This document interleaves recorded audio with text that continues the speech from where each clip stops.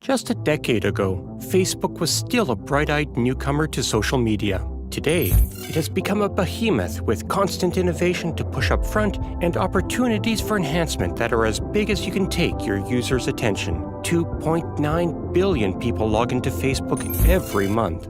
That's a generous slice of the world's population scrolling, liking, sharing, and laughing at memes. But underneath all this lies a sophisticated game that is turning heads, drawing ad dollars away from these companies that used to be faithful Google allies. Ad revenue is the lifeblood that keeps the wheels moving in the tech world. But over the years, there has been a marked variation in advertisers' spending habits. After all, Facebook, with its smartly designed ad platform and an unparalleled level of user data, promises a level of ad targeting that'd leave advertisers in awe. So much so that statistics seem to point to a 20% shift in advertising moolah, which used to be Google's domain. But how did Facebook manage to pull this off? How did it not just survive and beat most contenders successfully in the shadow of the search and ad king, Google, but rise up to directly challenge it? Since Google is so deeply woven into our everyday digital experiences, it's hard to imagine a day without it. So join us as we discover the moves, choices, and events that catapulted Facebook to the forefront in the tech world. Don't forget to subscribe to our channel to stay updated. Here we go.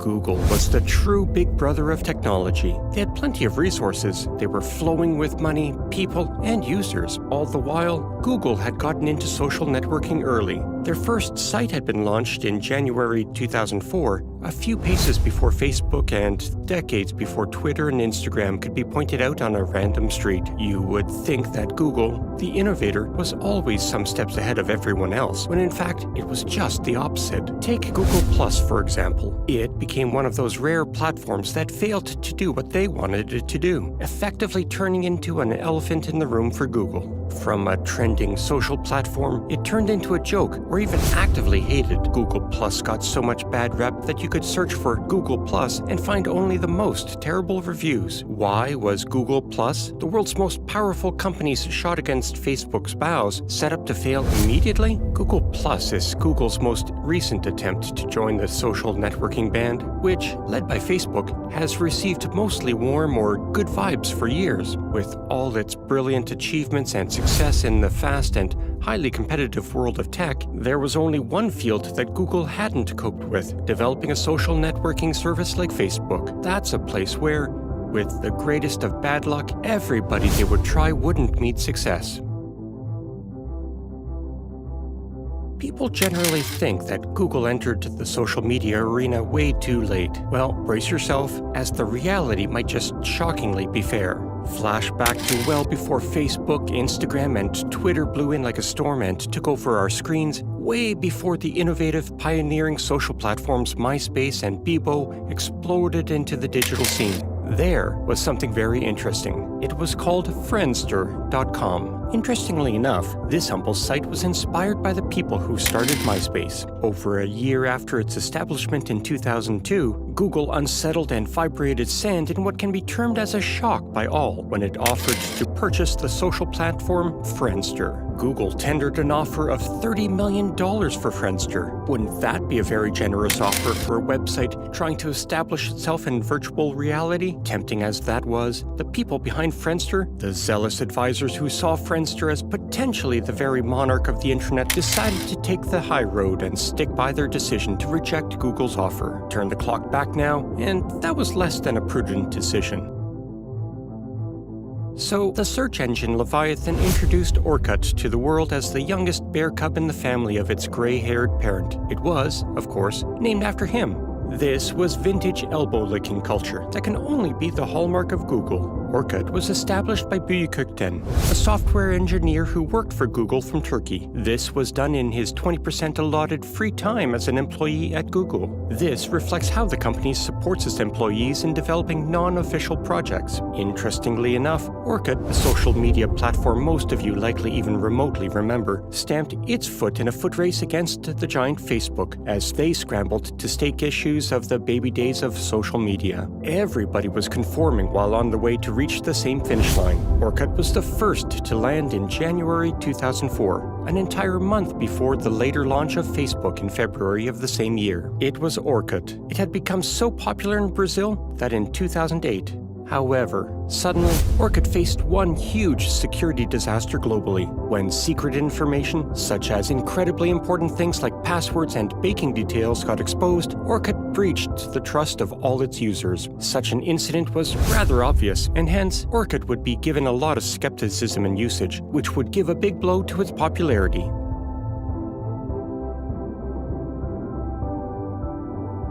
In 2010, Google couldn't have been blamed had it felt a touch of envy towards Facebook. Just about everyone was spending more and more time on Facebook and becoming impossible to ignore, logging in more often and staying longer, and everything is happening faster than it had ever been done for Google.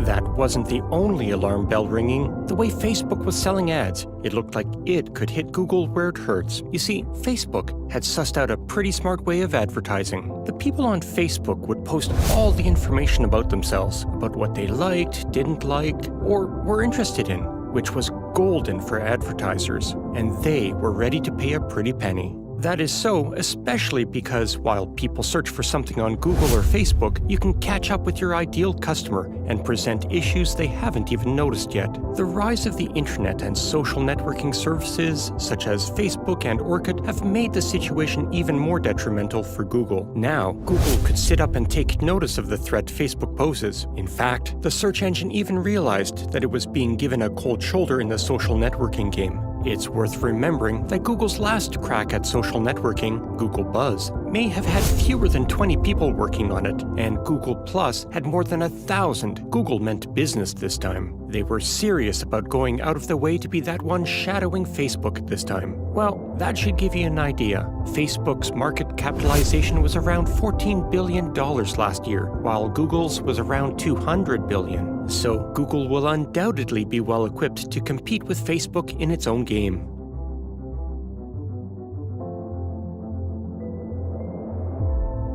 It soon became obvious that although the build was thought attractive at first glance, it was instinctually more harmful than good. Google entered the hush-hush launch mode, which nowadays is seen in various companies for their products, where only invitees were allowed.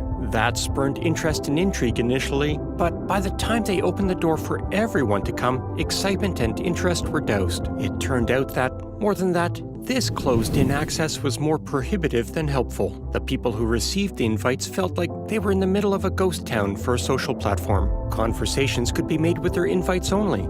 Unlike many other platforms whose doors are flooded by your friends, Google Plus felt quite lonely due to this invite-only plan. The magic of social media lies in the network effect. The thought that the value of a social platform goes up the more it gets used by people. Anybody who happened to visit Google Plus at the time would find it to be a ghost town, with literally any other service one could think of present on the same deserted platform. So why would anyone leave their living room, a place they check into daily, to use a virtual ghost town with fewer features and less opportunity for interaction? But those weren't the only issues Google Plus had to face. Google Plus 2011 not only reached out but went further, enforcing its users to go with their full legal names and rejected the notion of a private username. Now, users who tried to go and slip in a pseudonym didn't just have their account suspended. Still, they also created another layer of problems because the Google Plus account was tied to other Google services. Not everyone felt so brilliant about their real username popping up in everything they do under Google.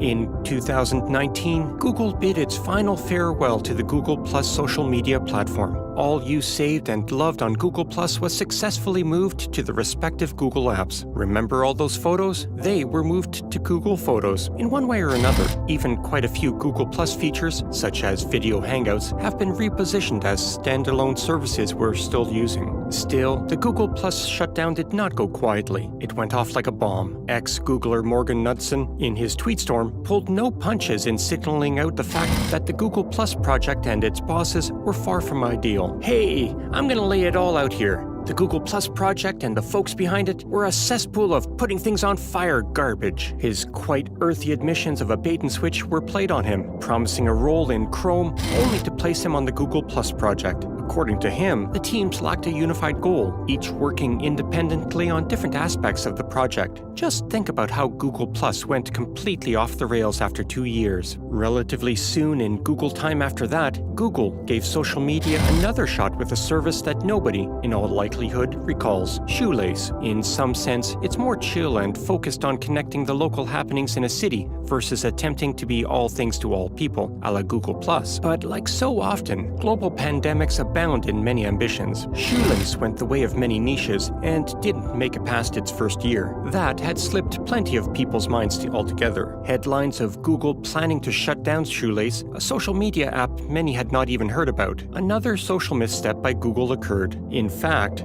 the Google team designed Circles with a kind of like-minded bias. Their thought process seemed to have gone more along the lines of features such as Circles, suggesting users would absolutely love being organized and setting everything up just as they would want. While many likely owe love to all things tech, many other people simply were out looking for a platform that was already user-friendly. They didn't want to have to get sucked into a setup process. Simplicity rules for most people, as TikTok is shooting into popularity for the very reason that they watch your preferences and then serve you just that. Google Plus simply plied on higher complexities. This is all about Google's tragic decline and Facebook's surprising rise. If you like the video, hit the like button. Until next time.